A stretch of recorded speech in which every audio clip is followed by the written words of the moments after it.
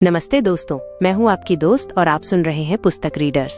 क्या आप जानते हैं कि हम अनजाने में भी दिन भर में कितनी बार दूसरों की सोच या व्यवहार को बदलने की कोशिश करते हैं या कोई और हमारे साथ ऐसा करता है। एक स्टडी बताती है कि औसतन हर इंसान दिन में कई बार जाने अनजाने मैनिपुलेशन या परक्वेशन का शिकार होता है या खुद करता है। ये चौंकाने वाला है ना? हम अक्सर सोचते हैं कि हम अपने फैसले खुद लेते हैं, पर क्या वाकई ऐसा है? आज हम एक ऐसी ही जबरदस्त किताब के बारे में बात करने वाले हैं जो हमारी आंखें खोल देगी। किताब का नाम है dark psychology, secrets and manipulation और इसकी लेखिका है एमी ब्राउन। ये किताब उन छुपी हुई तकनीकों और तरीकों के बारे में है जिनका इस्तेमाल कुछ लोग दूसरों को कंट्रोल करने, अपनी बात मनवाने या धोखा देने के लिए करते हैं। अब आप सोच रहे होंगे कि ऐसी डार्क चीजों के बारे में जानना क्यों जरूरी है। देखिए, एमी ब्राउन ने ये किताब इसलिए नहीं लिखी कि हम सब चालाक या धोखेबाज बन जाएं। बिल्कुल नहीं, इसका मकसद ठीक उल्टा है। इसका मकसद है हमें जागरूक बनाना, हमें वो ज्ञान देना जिससे हम पहचान सकें कि कब कोई हमारे साथ माइंड गेम्स खेल रहा है, कब कोई हमें अपनी उंगलियों पर नचाने की कोशिश कर रहा है। ये किताब एक तरह से हमारी ढाल है जो हमें मैनिपुलेशन के अदृश्य हमलों से बचा सकती है। सोचिए, कितनी बार ऐसा हुआ है कि किसी से बात करने के बाद आप कंफ्यूज्ड महसूस करते हैं या ऐसा लगता है जैसे आपसे जबरदस्ती कोई काम करवा लिया गया हो, या किसी रिश्ते में आपको घुटन महसूस होती है पर समझ नहीं आता क्यों। एमी ब्राउन कहती हैं कि अक्सर इन सब के पीछे डार्क साइकोलॉजी की कुछ तकनीकें काम कर रही होती हैं। पुस्तक रीडर्स में आपका बहुत बहुत स्वागत है। हमारा ये चैनल उन सभी के लिए है जो किताबों की दुनिया में खो जाना चाहते हैं, नए आइडियाज सीखना चाहते हैं और अपनी जिंदगी को बेहतर बनाना चाहते हैं। हम यहाँ किताबों के गहरे ज्ञान को आसान और मजेदार तरीके से आप तक पहुँचाते हैं। तो अगर आप पहली बार यहाँ आए हैं तो परिवार का हिस्सा जरूर बनिए। तो चलिए अब गोता लगाते हैं dark psychology, secrets and manipulation की गहराइयों में और समझते हैं उन राजों को जो शायद हम रोज देखते हैं पर समझ नहीं पाते। दिमाग पढ़ने वाले नहीं, दिमाग समझने वाले बनिए। सबसे पहली बात जो एमी ब्राउन हमें सिखाती हैं वो ये है कि डार्क साइकोलॉजी का मतलब किसी का दिमाग पढ़ना या जादू टोना नहीं है। ये मनोविज्ञान की वो शाखा है जो इंसानी व्यवहार के अधेरे पहलुओं जैसे मैनिपुलेशन, धोखा, कंट्रोल और PERSUASION की उन तकनीकों पर फोकस करती है जिनका गलत इस्तेमाल हो सकता है। इसे समझना इसलिए जरूरी है ताकि हम खुद को बचा सकें।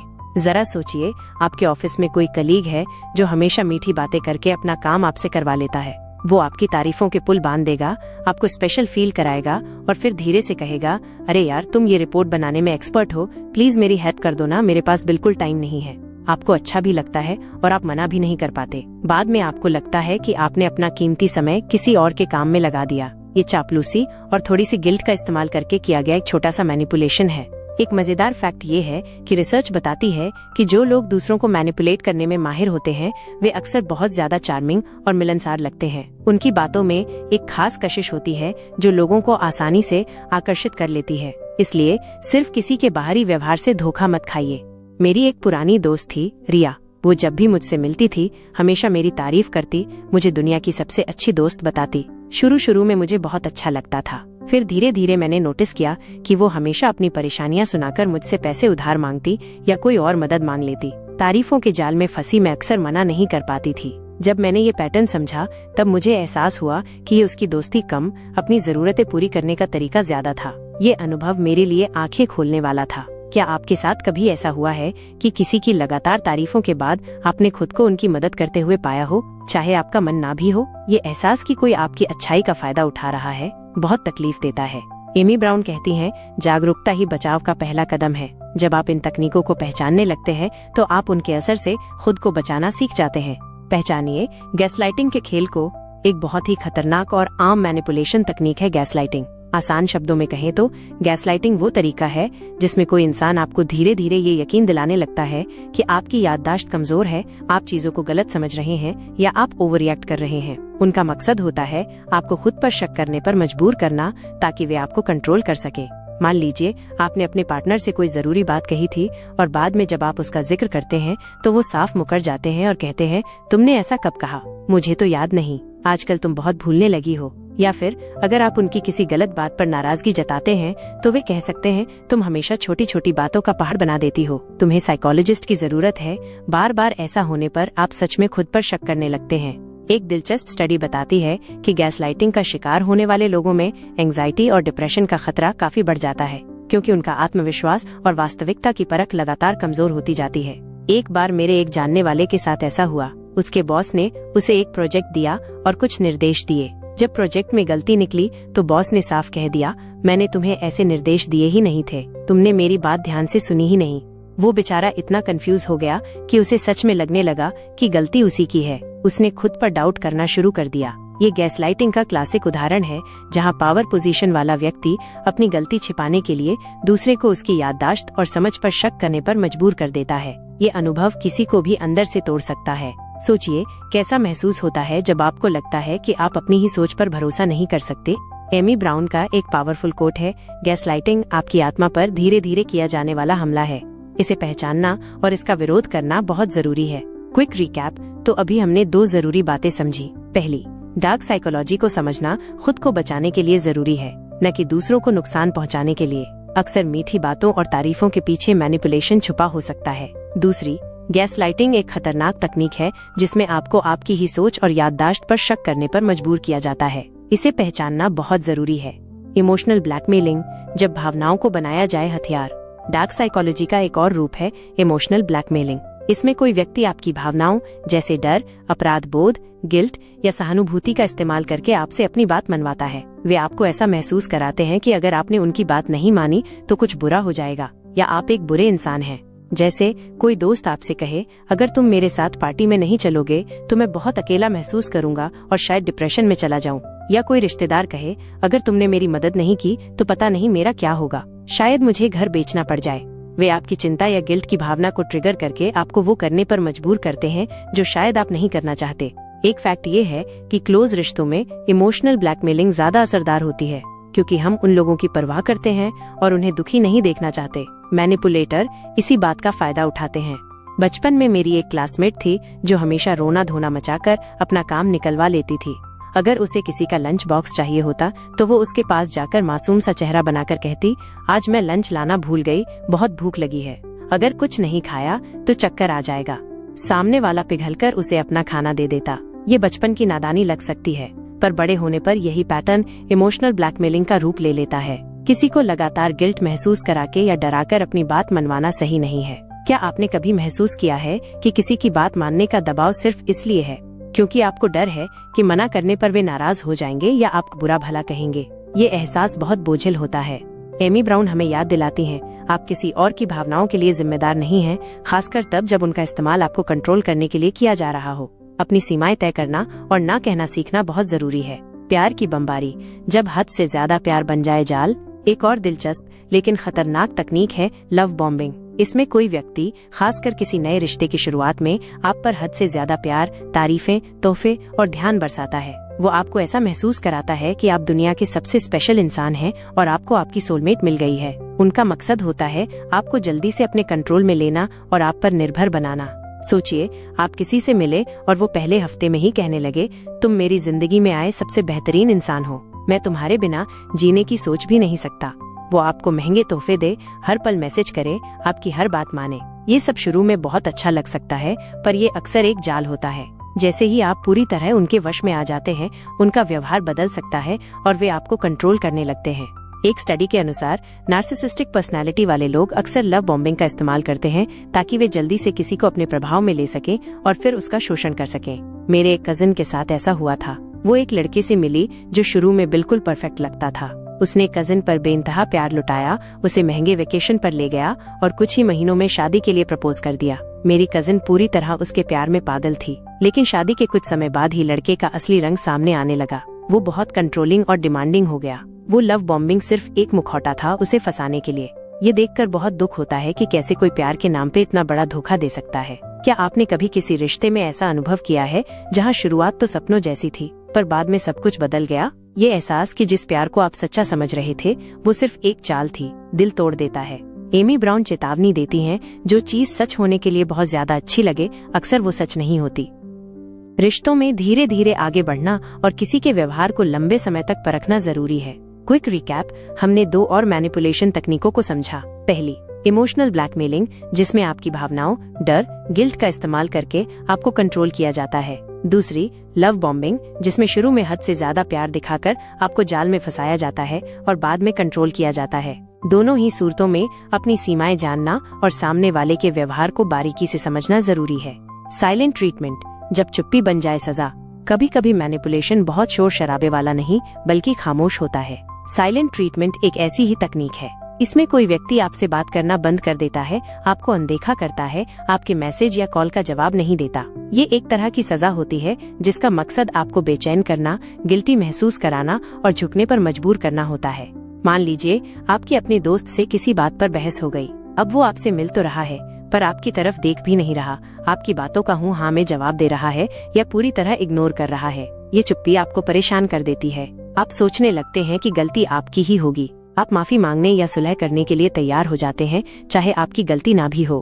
मनोविज्ञान कहता है कि इंसान सामाजिक प्राणी है और नजरअंदाज किया जाना उसके लिए बहुत दर्दनाक हो सकता है। साइलेंट ट्रीटमेंट इसी मनोवैज्ञानिक कमजोरी का फायदा उठाता है। ये भावनात्मक दुर्व्यवहार का एक रूप है। स्कूल के दिनों में मेरी क्लास में एक ग्रुप था जो किसी से नाराज होने पर उसे पूरी तरह से इग्नोर करना शुरू कर देता था। वो बच्चा क्लास में अकेला पड़ जाता था, कोई उससे बात नहीं करता था। ये देखकर बहुत बुरा लगता था। वो बच्चा अक्सर इतना परेशान हो जाता था कि ग्रुप की हर शर्त मानने को तैयार हो जाता था, सिर्फ इसलिए ताकि वो दोबारा ग्रुप का हिस्सा बन सके। ये दिखाता है कि साइलेंट ट्रीटमेंट कितना पावरफुल और क्रूर हो सकता है। क्या आपने कभी महसूस किया है कि किसी की चुप्पी आपको इतना ज्यादा परेशान कर रही है कि आप कुछ भी करने को तैयार हैं, बस वो आपसे बात कर ले? ये एहसास आपको बहुत अकेला और बेबस महसूस करा सकता है। एमी ब्राउन सलाह देती हैं, साइलेंट ट्रीटमेंट को कभी बर्दाश्त न करें। अगर कोई आपसे बात नहीं करना चाहता तो उसे स्पेस दें, लेकिन उसके इस व्यवहार से खुद को कंट्रोल न होने दें। दूसरों की नकल, जब कोई आपकी तरह बनकर आपको जीते। एक और चालाकी भरी तकनीक है मिररिंग या नकल करना। इसमें कोई व्यक्ति अनजाने या जानबूझकर आपके हाव भाव, बात करने के तरीके, पसंद नापसंद या विचारों की नकल करता है। इसका मकसद होता है आपको ये महसूस कराना कि आप दोनों कितने मिलते जुलते हैं, जिससे आप उस पर जल्दी भरोसा कर लें और उसे पसंद करने लगे। सोचिए, आप किसी नए व्यक्ति से मिले और वो कहता है, अरे वाह, आपको भी वही म्यूजिक बैंड पसंद है जो मुझे है। क्या कमाल का कोइंसिडेंस है। या वो ठीक वैसे ही शब्दों का इस्तेमाल करता है जैसे आप करते हैं। आपको लगता है कि आपकी वाइब मैच कर रही है, लेकिन कई बार ये सिर्फ एक सोची समझी चाल होती है, आपको सहज महसूस कराने और अपना उल्लू सीधा करने की। सेल्समैन अक्सर इस तकनीक का इस्तेमाल करते हैं। एक फैक्ट है कि हम उन लोगों को ज्यादा पसंद करते हैं और उन पर ज्यादा भरोसा करते हैं जो हमारे जैसे होते हैं। मैनिपुलेटर इसी लाइकिंग प्रिंसिपल का फायदा उठाते हैं। मैंने एक बार एक वर्कशॉप अटेंड की थी जहां एक स्पीकर आए थे। मैंने नोटिस किया कि वो ऑडियंस में जिस भी व्यक्ति से बात करते थे, थोड़ी देर में उसकी बॉडी लैंग्वेज और बोलने की स्पीड को कॉपी करने लगते थे। अगर कोई धीरे बोल रहा है तो वो भी धीरे बोलने लगते। अगर कोई उत्साहित है तो वो भी उत्साहित हो जाते। इसका नतीजा ये हुआ कि लोग उनसे बहुत जल्दी कनेक्टेड महसूस करने लगे और उनकी बातों पर ज्यादा ध्यान देने लगे। ये मिररिंग का एक सकारात्मक इस्तेमाल था, लेकिन डार्क साइकोलॉजी में इसका इस्तेमाल धोखा देने के लिए भी किया जा सकता है। क्या कभी आपको ऐसा लगा है कि कोई नया मिला व्यक्ति बिल्कुल आपकी परछाई जैसा है और आप तुरंत उसे पसंद करने लगे? ये अच्छी बात हो सकती है, पर थोड़ा सावधान रहना भी जरूरी है, खासकर अगर वो आपसे कुछ चाहता हो। एमी ब्राउन कहती हैं, सच्चा कनेक्शन धीरे धीरे बनता है, वो थोपा नहीं जाता। अगर कोई बहुत जल्दी आपके जैसा बनने की कोशिश करे तो थोड़ा संभल कर रहें। क्विक रिकैप, हमने 2 और तरीकों पर बात की। पहला, साइलेंट ट्रीटमेंट, जहां चुप्पी को हथियार बनाकर आपको कंट्रोल करने की कोशिश की जाती है। दूसरा, मिररिंग या नकल करना, जहां कोई आपकी तरह बनकर आपका भरोसा जीतने की कोशिश करता है। दोनों ही मामलों में जागरूक रहना और सामने वाले के इरादों को समझने की कोशिश करना जरूरी है। बॉडी लैंग्वेज के इशारे, जब शरीर बोलता है सच। एमी ब्राउन इस बात पर जोर देती हैं कि मैनिपुलेशन को पहचानने के लिए सिर्फ बातों पर नहीं, बल्कि बॉडी लैंग्वेज पर ध्यान देना भी जरूरी है। शब्द झूठ बोल सकते हैं, पर शरीर अक्सर सच बयां कर देता है। कुछ इशारे हैं जो बता सकते हैं कि सामने वाला शायद ईमानदार नहीं है या आपको मैनिपुलेट करने की कोशिश कर रहा है।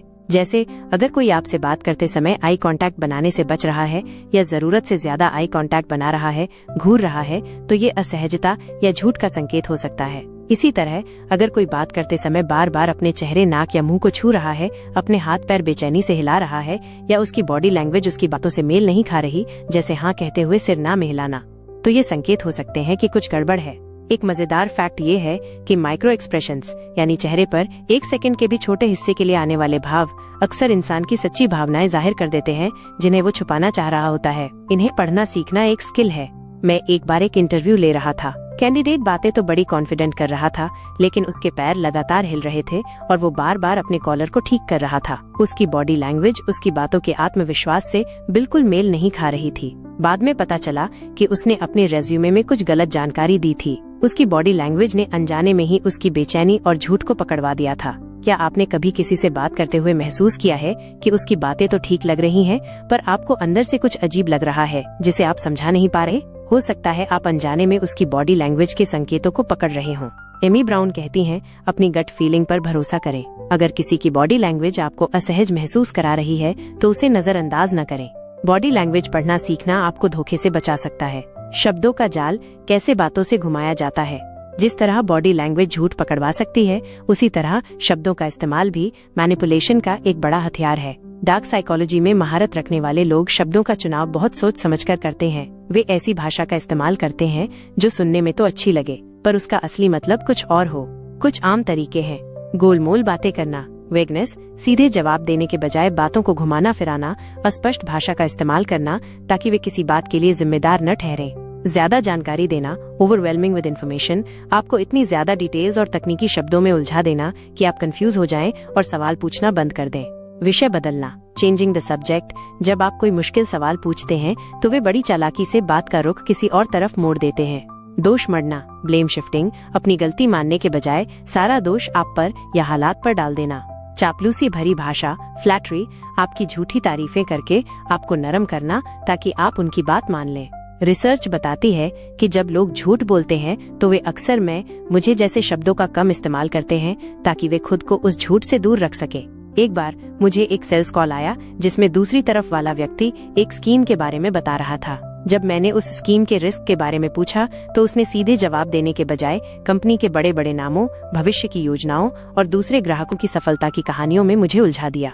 उसने इतनी सारी जानकारी एक साथ दे दी कि मैं असल मुद्दे से भटक गया। ये जानबूझकर किया गया था ताकि मैं रिस्क पर ध्यान न दे पाऊं। क्या आपके साथ कभी ऐसा हुआ है कि किसी से बात करने के बाद आपको लगा हो कि आपके सवालों के जवाब तो मिले ही नहीं, बल्कि आप और ज्यादा कंफ्यूज हो गए हैं? ये अक्सर शब्दों के जाल का नतीजा होता है। एमी ब्राउन हमें सिखाती हैं, शब्दों के पीछे छुपे इरादों को समझने की कोशिश करें, सीधे और स्पष्ट जवाब मांगे और अगर कोई बातों को घुमा रहा है तो सावधान हो जाएं। क्विक रिकैप, हमने देखा कि मैनिपुलेशन को पहचानने के लिए non verbal cues, body language और वर्बल क्यूज, शब्दों का इस्तेमाल दोनों पर ध्यान देना जरूरी है। बॉडी लैंग्वेज जैसे आई कांटेक्ट की कमी, बेचैनी या चेहरे को छूना झूठ का संकेत हो सकते हैं। वहीं बातों में गोलमोल जवाब देना, विषय बदलना या जरूरत से ज्यादा जानकारी देना भी मैनिपुलेशन का तरीका हो सकता है। अपनी गट फीलिंग और सवालों पर टिके रहना जरूरी है। डार्क ट्रायड, जब पर्सनालिटी ही बन जाए हथियार। एमी ब्राउन अपनी किताब में डार्क ट्रायड पर्सनालिटीज का भी जिक्र करती हैं। ये 3 नकारात्मक व्यक्तित्व लक्षण हैं। नार्सिसिज्म, इनमें खुद को बहुत बड़ा समझने की भावना होती है। ये दूसरों से प्रशंसा चाहते हैं और इनमें सहानुभूति की कमी होती है। वे अक्सर दूसरों का इस्तेमाल अपने फायदे के लिए करते हैं। मैकियावेलियनिज्म, ये लोग बहुत चालाक, जोड़ तोड़ करने वाले और मतलबी होते हैं। वे अपने लक्ष्यों को पाने के लिए किसी भी हद तक जा सकते हैं, चाहे दूसरों को धोखा ही क्यों न देना पड़े। साइकोपैथी, इनमें सहानुभूति और पछतावे की भारी कमी होती है। ये आवेगी होते हैं, नियमों को नहीं मानते और अक्सर एंटी सोशल व्यवहार दिखाते हैं। ये बेहद खतरनाक मैनिपुलेटर हो सकते हैं। ये जरूरी नहीं कि हर मैनिपुलेटर में ये लक्षण हो या जिनमें ये लक्षण हो वे हमेशा मैनिपुलेटिव हों, लेकिन इन लक्षणों वाले लोगों में मैनिपुलेशन की प्रवृत्ति ज्यादा पाई जाती है। एक स्टडी बताती है कि कॉर्पोरेट जगत में ऊंचे पदों पर बैठे कुछ लोगों में डार्क ट्रायड के लक्षण औसत से ज्यादा पाए जाते हैं, क्योंकि ये लक्षण उन्हें आगे बढ़ने में गलत तरीके से मदद कर सकते हैं। सोचिए, एक ऐसा बॉस जो हमेशा अपनी तारीफें करता है, दूसरों के आइडियाज का क्रेडिट खुद ले लेता है और अपने जूनियर्स के प्रति बिल्कुल सहानुभूति नहीं रखता। ये नार्सिसिज्म के लक्षण हो सकते हैं। या एक ऐसा सहकर्मी जो हमेशा दूसरों के खिलाफ साजिश रचता रहता है, झूठी अफवाहें फैलाता है ताकि वो प्रमोशन पा सके। ये मैकियावेलियनिज्म का उदाहरण हो सकता है। इन लोगों से निपटना बहुत मुश्किल होता है। क्या आपके आसपास कोई ऐसा व्यक्ति है जिसके व्यवहार में आपको इनमें से कुछ लक्षण दिखते हैं? उनके साथ व्यवहार करते समय अतिरिक्त सावधानी बरतना जरूरी है। एमी ब्राउन कहती हैं, डार्क ट्रायड पर्सनालिटी वाले लोगों को बदलना लगभग नामुमकिन होता है। सबसे अच्छा तरीका है उनसे एक सुरक्षित दूरी बनाए रखना और अपनी सीमाएं मजबूती से तय करना। खुद का बचाव कैसे करें? जागरूकता और सीमाएं। अब सबसे जरूरी सवाल, इन सब डार्क तकनीकों और मैनिपुलेटिव लोगों से खुद को बचाएं कैसे? एमी ब्राउन कई तरीके बताती हैं, जिनमें सबसे महत्वपूर्ण है जागरूकता और सीमाएं तय करना। जागरूकता बढ़ाएं। सबसे पहले तो इन तकनीकों के बारे में जानें। जब आप जानते हैं कि गैसलाइटिंग, लव बॉम्बिंग या इमोशनल ब्लैकमेलिंग क्या होती है, तो आप उसे पहचान पाएंगे। ये किताब पढ़ना या ये समरी सुनना उसी जागरूकता का हिस्सा है। अपनी भावनाओं को समझें। ध्यान दें कि किसी व्यक्ति के साथ बातचीत के दौरान या बाद में आपको कैसा महसूस होता है। क्या आप कंफ्यूज्ड, डरा हुआ, गिल्टी या थका हुआ महसूस करते हैं? आपकी भावनाएं महत्वपूर्ण संकेत दे सकती हैं। अपनी गट फीलिंग पर भरोसा करें। अगर आपको किसी व्यक्ति या स्थिति के बारे में अंदर से कुछ ठीक नहीं लग रहा है, तो उसे नजरअंदाज न करें। हमारी अंतरात्मा अक्सर सही होती है। सीमाएं तय करें। सेट बाउंड्रीज, ये सबसे जरूरी है। तय करें कि आप क्या बर्दाश्त करेंगे और क्या नहीं, और फिर उन सीमाओं पर टिके रहें। अगर कोई आपकी सीमाओं का उल्लंघन करता है, तो उसे स्पष्ट रूप से बताएं। ना कहना सीखें बिना गिल्टी महसूस किए। स्पष्टता मांगे। अगर कोई गोलमोल बातें कर रहा है, तो सीधे सवाल पूछें और स्पष्ट जवाब मांगे। दूरी बनाएं। अगर कोई व्यक्ति लगातार आपको मैनिपुलेट करने की कोशिश करता है और आपकी सीमाओं का सम्मान नहीं करता, तो उससे दूरी बना लेना ही सबसे अच्छा विकल्प हो सकता है।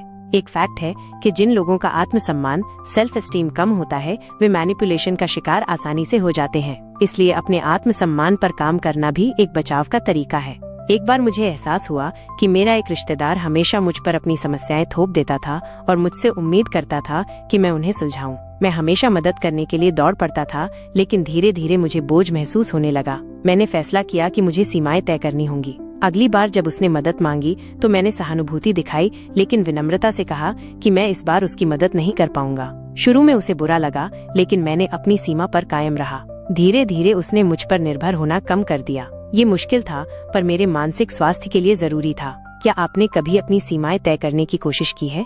शुरू में ये मुश्किल लग सकता है, पर लंबे समय में ये आपको बहुत शांति देता है। एमी ब्राउन का एक महत्वपूर्ण संदेश है, आपकी मानसिक और भावनात्मक शांति आपकी जिम्मेदारी है। इसे किसी और के हाथों में न सौंपे। Quick recap. हमने dark triad personalities, narcissism, Machiavellianism, psychopathy के बारे में जाना, जिनमें मैनिपुलेशन की प्रवृत्ति ज्यादा होती है। इनसे बचने का सबसे अच्छा तरीका दूरी बनाना और सीमाएं तय करना है। खुद को बचाने के लिए जागरूकता बढ़ाना, अपनी भावनाओं और गट फीलिंग पर ध्यान देना, सीमाएं तय करना, स्पष्टता मांगना और जरूरत पड़ने पर दूरी बनाना महत्वपूर्ण कदम है। निष्कर्ष और अंतिम विचार। तो दोस्तों, ये थी एमी ब्राउन की किताब dark psychology, secrets and manipulation की कुछ गहरी और आंखें खोलने वाली बातें। ये किताब हमें इंसानी व्यवहार के उस अंधेरे कोने से रूबरू कराती है, जिसके बारे में जानना शायद हमें असहज लगे, पर ये हमारी सुरक्षा और मानसिक शांति के लिए बेहद जरूरी है।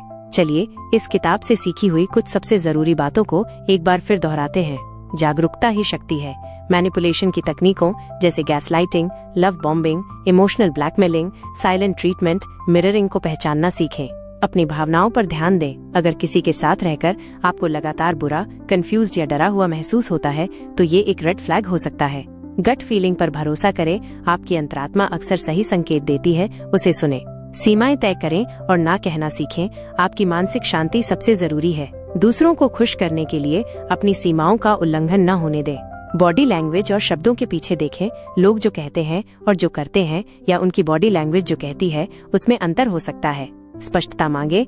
गोलमोल बातों या टाल मटोल को स्वीकार न करें। सीधे सवाल पूछें। डार्क ट्राइड पर्सनालिटी से सावधान रहें। नार्सिसिस्ट, मैकियावेलियन और साइकोपैथ लक्षणों वाले लोगों से दूरी बनाए रखना अक्सर सबसे अच्छा होता है। प्यार और चालाकी में फर्क समझें। लव बॉम्बिंग जैसी तकनीकों से सावधान रहें, जो शुरू में बहुत आकर्षक लगती हैं। दूसरों की भावनाओं के लिए खुद को जिम्मेदार न ठहराएं। इमोशनल ब्लैकमेलिंग का शिकार न बने। जानकारी का इस्तेमाल बचाव के लिए करें, हमले के लिए नहीं। इस ज्ञान का उद्देश्य खुद को सशक्त बनाना है, दूसरों को मैनिपुलेट करना नहीं।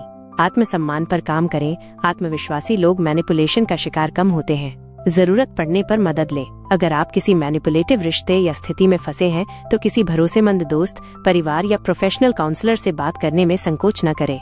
ये किताब हमें याद दिलाती है कि दुनिया में अच्छे लोग हैं, पर कुछ ऐसे भी हैं जो अपने फायदे के लिए दूसरों का इस्तेमाल करने से नहीं हिचकिचाते। अगर हम इन डार्क साइकोलॉजी के सीक्रेट्स को समझते हैं, तो हम न सिर्फ खुद को बचा सकते हैं, बल्कि ज्यादा मजबूत, आत्मविश्वासी और समझदार इंसान बन सकते हैं। अगर आप इन प्रिंसिपल्स को अपनी जिंदगी में अपनाते हैं, तो आप देखेंगे कि आप रिश्तों को, लोगों को और खुद को एक नई नजर से देखने लगेंगे। आपके जीवन में चमत्कारी बदलाव आ सकते हैं, जहां आप कंट्रोल में होंगे, न कि किसी और के मैनिपुलेशन के शिकार। उम्मीद है आपको dark psychology, secrets and manipulation की ये समरी पसंद आई होगी और इससे आपको कुछ नया सीखने को मिला होगा। अगर आपको हमारा काम पसंद आता है तो प्लीज पुस्तक रीडर्स चैनल को सब्सक्राइब जरूर करें और बेल आइकॉन दबाना न भूलें ताकि आप हमारी कोई भी नई बुक समरी मिस न करें। आपका एक सब्सक्राइब हमें और मेहनत करने के लिए प्रेरित करता है। आप अगली बार किस किताब की समरी सुनना चाहेंगे, हमें नीचे कमेंट्स में जरूर बताएं। आपके सुझाव हमारे लिए बहुत मायने रखते हैं। Bonus recap, golden rules. जाने से पहले आइए उन गोल्डन रूल्स को फिर से याद कर लें जो आपको मैनिपुलेशन से बचाने में मदद करेंगे। पहचाने मैनिपुलेशन तकनीकों, gas lighting, love bombing, guilt tripping आदि को जाने। सुने, अपनी गट फीलिंग और भावनाओं पर ध्यान दें। बोलें, अपनी सीमाएं स्पष्ट रूप से बताएं और ना कहें। देखें, बॉडी लैंग्वेज और शब्दों के पीछे के इरादों को समझें। पूछें, स्पष्टता मांगे, गोलमोल जवाब स्वीकार न करें। बचाएं, अपनी मानसिक और भावनात्मक शांति को प्राथमिकता दें। हटे, अगर जरूरी हो तो टॉक्सिक लोगों या स्थितियों से दूरी बना लें। बने, आत्मविश्वासी बने और अपने आत्मसम्मान पर काम करें। इन रूल्स को याद रखिए और अपनी जिंदगी को अपने कंट्रोल में रखिए।